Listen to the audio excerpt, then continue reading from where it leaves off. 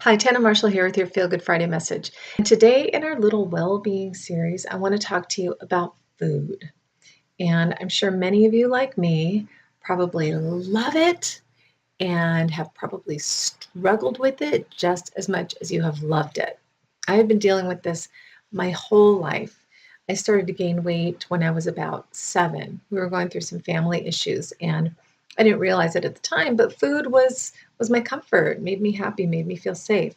And what's interesting, it's kind of come full circle, and that's kind of the situation while I'm caring for my mom because I'm so tied to the house and kind of isolated. That's my fun. And I've gained a little bit of weight since I've been taking care of her, but I've managed to keep it within the 5 to 10 pound range. And these days I'm finally getting a handle on it. But boy, food is supposed to just be fuel for us, but these days it's so complicated because of the food that's available that's not really food. There's so much processed stuff out there, and food companies are in cahoots with the FDA and the food manufacturers and pharmaceutical companies, and it's kind of difficult to navigate. And really the best way to approach food is to eat real food. And the easiest way to do that at the market is just go around the perimeter of the market. That's where most of the real food is. Inside is all the processed stuff that's full of chemicals, and you don't always know what you're getting because you want to read the labels, but you're not always sure that what is on the label is accurate and true. But aside from all of that, food has become such an emotional issue for so many people. And this is what the emotions, in addition to the food that is readily available, that is highly processed, and your body just either doesn't know how to uh, metabolize it, or it's just plain bad for you and it just is going to add fat to you. It can become very difficult to navigate. And the one thing that I will tell people, if they're trying to clean up their diet, I will tell them to avoid 3 things: high fructose corn syrup, hydrogenated oils, and artificial sweeteners. All are probably the worst things within the food industry right now. So if you can just start by avoiding those 3, you're going to be getting a really good head start to cleaning up what you eat. Now, that said, I am a total sugarholic. I love sugar and I've given it up before. And you know what? Quite honestly, I don't want to because there's no sugar in heaven. Once I leave this body, I can't have sugar anymore. So, between trying to figure that out and navigate my sugar addiction and keep it in check, and exploring every food and eating plan out there. I mean, believe me, if it's out there, I have done it. I remember when I was 10 trying to fast and trying to starve myself, and I couldn't do it. I remember around the same time wrapping myself in saran wrap because I thought that I would be able to melt off fat by sweating it off. 10 years old. 10 years old. If you go look at my video about being vulnerable, I'll show you a picture of what I looked like around that time. I was very chubby and very heavy. But I have tried the grapefruit diet, the Hollywood diet, juicing, eating raw, macrobiotic. I've gone vegan. I've tried paleo. I've done bulletproof. And sometimes I'm really into it and it really works for me. And then I'll get tired of it. It won't work for me. I'm not really satisfied. And then I might binge. I even tried being bulimic as a teenager. And I couldn't do it. I couldn't do the gag thing. So that's a blessing in disguise. But I found after years, I mean, I'm 50 now. So after exploring food my whole life, sorry, kitty at the door. Sorry, kitty, can't come in right now. I found in conjunction with consulting with one of my closest friends who's a registered dietitian, and she actually practices holistic nutrition in her approach, and I really respect the way she handles everything. We've been corresponding for years, talking about what we're eating, how we feel, and trying to kind of figure it out. Just figure out a plan to be healthy and feel good in your body with what you eat. And here's the bottom line: it can change all the time. I am constantly changing my eating plan. My husband's like, I don't know what to have in the house because you're always eating something different. And, I just say, don't even plan. I'll bring what I need. Don't worry, I'll get it. And it changes all the time. And I've gone through periods where I'm like, you know what, screw it. I'm just going to eat whatever I want. I'm not going to worry about it. And I've also done portion control. where I've just cut everything in half of what I would eat, and I've lost weight that way. I've done diet pills.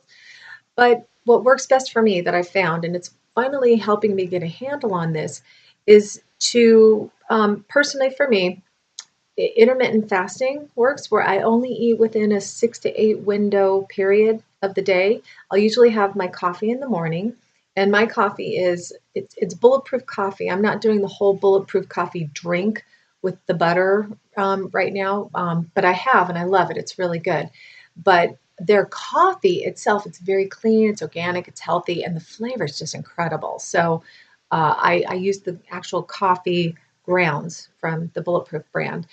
And I have a non-dairy yummy creamer called a brand called Nut Pods that I get on Amazon, and I use stevia. So that's my morning drink. And I might have a few nuts just for a little bit of energy and some healthy fats, but I don't have my main meal until the afternoon. I usually have a good lunch, and I try to make it something like baked fish with spinach and a little brown rice, that kind of thing. And I try to postpone my sugar till the weekend, or if I do have sugar, I try to make it pretty small. Sometimes my dinner is a whey shake, and that might satisfy my need for sugar because it's like a shake, and you can I'll throw a banana in it sometimes, and then it feels like a treat. It feels like dessert. So I'm finding ways to satisfy my cravings in a healthier way.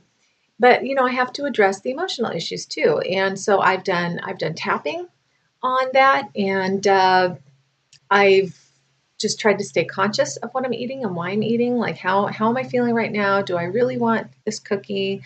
And sometimes I really do. And sometimes if I go preoccupy myself, if I go outside, if I get busy with a project or I call somebody, if I get distracted and then I think, okay, I don't want it anymore. So I made it through that one little hurdle. And you really have to find what works for you. I mean, I can give you all the suggestions in the world. You can research every diet, eating plan. I've done Weight Watchers. You can do Weight Watchers. I did Jenny Craig. You can do Jenny Craig. There's so many of them out there.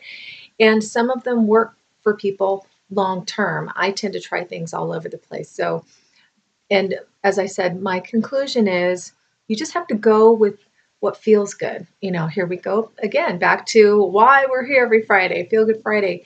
You have to find what feels good to you in the moment. And sometimes it's going to be no eating plan at all. But if you find what feels good, follow it for as long as that feels good. And then when you want to do something different, then switch to something different.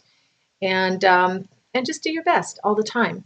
Now, what part of what I'm doing right now is I have one day a week where I eat whatever I want, and I'm talking anything.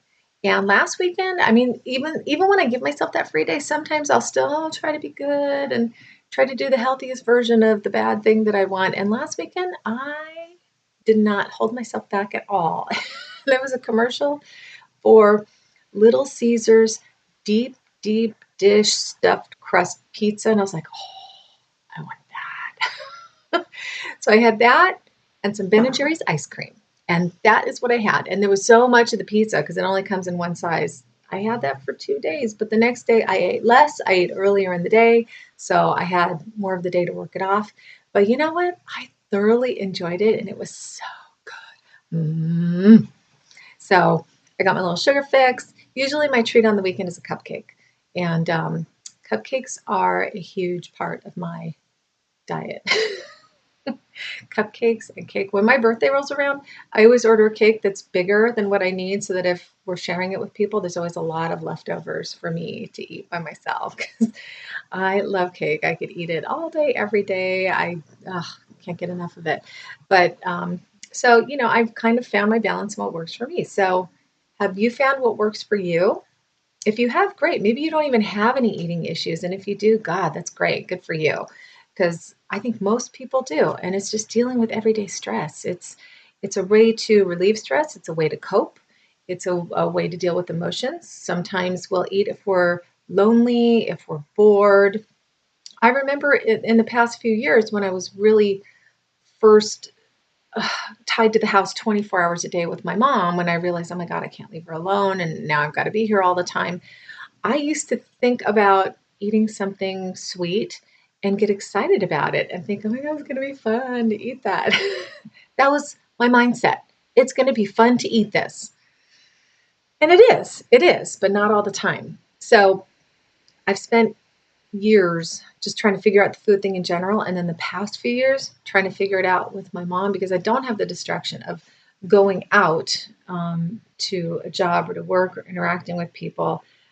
This is it. And so I got to figure out what I can do here that's satisfying, that's also healthy. So, and especially as I'm growing older, I want to maintain my weight. I've pretty much been the same weight since I was about 15. I've maybe fluctuated 10, 15 pounds here and there, but it's always been around the same place. So, if you have weight to lose, the good thing is the more you need to lose, the easier it is to lose when you start a new routine. And when you can just stick to it for a few days and you start to see results, then that's encouraging and it's exciting and you feel more motivated to and inspired to stick with it. So I just want to say if that's the case with you, I am with you and you can do it. I just want to encourage you to find what feels good to you, what eating plan feels best, what movement feels best. I don't even want to say exercise or workout. We talked about that last week. You just got to find what feels good to you. And the thing that feels good and that you enjoy is the thing that you're going to stick with. So if you can find an eating plan that works, or if maybe you can find substitutes for things, like I have my stevia that I'll sweeten things with. So I don't have the actual sugar, but I'm still getting my sweet fix. My mom and I are gluten free, so the majority of the time, breads, pastas, and I've even made cupcakes gluten free. So that helps me a lot. Finding the alternatives, the healthier alternatives to the things that are not so great for me, and that helps kind of get me through. And if you can maybe find some kind of 80-20 plan, that's usually the best thing that works for most people, where 80% of the time you are on point and you're healthy and balanced and doing what feels good to you and what works for your body and for your mind. And 20% of the time, give yourself a break. So I don't know the percentages of what I'm doing, like one day a week. I'm not good at math, but find what works for you and allow yourself a treat, because if you are neglected all the time, you are going to reach that breaking point and you're going to splurge and have to start all over and be discouraged and beating up on yourself. So just love yourself, first of all. Love yourself the way you are right now, no matter what your body looks like, no matter how much you weigh, no matter how much you think you need to lose. So, there's a lot of body dysmorphia out there where it's like, I'm fat, and you're not. I'm sure maybe you are like I look back on pictures of myself when I thought, oh, I was fat, I need to lose 10 pounds. And I'm like, oh my God, compared to how I feel now, I feel like I looked thin in those pictures. And I'm not that much different now, but things move and shift and that kind of thing. So you can't control that. And all you can do is your best. So I'm doing my yoga. I'm eating what feels good during the week. I'm having my one splurge day and thoroughly enjoying it.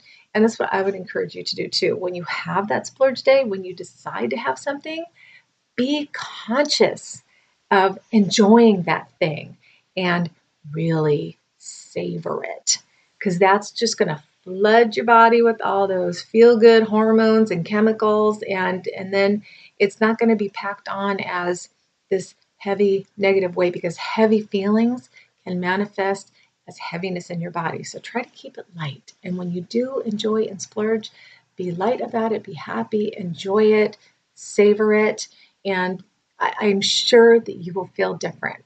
And that's really what you want. You want to feel better, right? We all want to feel good. And if we're not feeling like we're at the top of our game, we want to feel better. So do whatever makes you feel good and whatever makes you feel better. And I want to thank you for joining me again this week. I hope these videos make you feel a little better every week. I hope they give you some tools that you can take and apply to your life and feel good and make it continually better. And if you do enjoy these videos, remember to subscribe to my channel on YouTube. And if you would like these videos delivered straight to your inbox every Friday, jump over to my website, tannamarshall.com. Join us on the mailing list. I send out a little message to my list every week with sometimes just little personal things that I only share with them. So we'd love to have you come on over and join us. And with that, it's the weekend, so I'm going to eat whatever I want tomorrow. And I want to encourage you to just be conscious of what you're eating and find what feels good, find what works best for you, and stick with it. And when it changes, be okay with that and go with that. And just as I always say, just enjoy it. Just enjoy it and feel good. And I'll see you next time.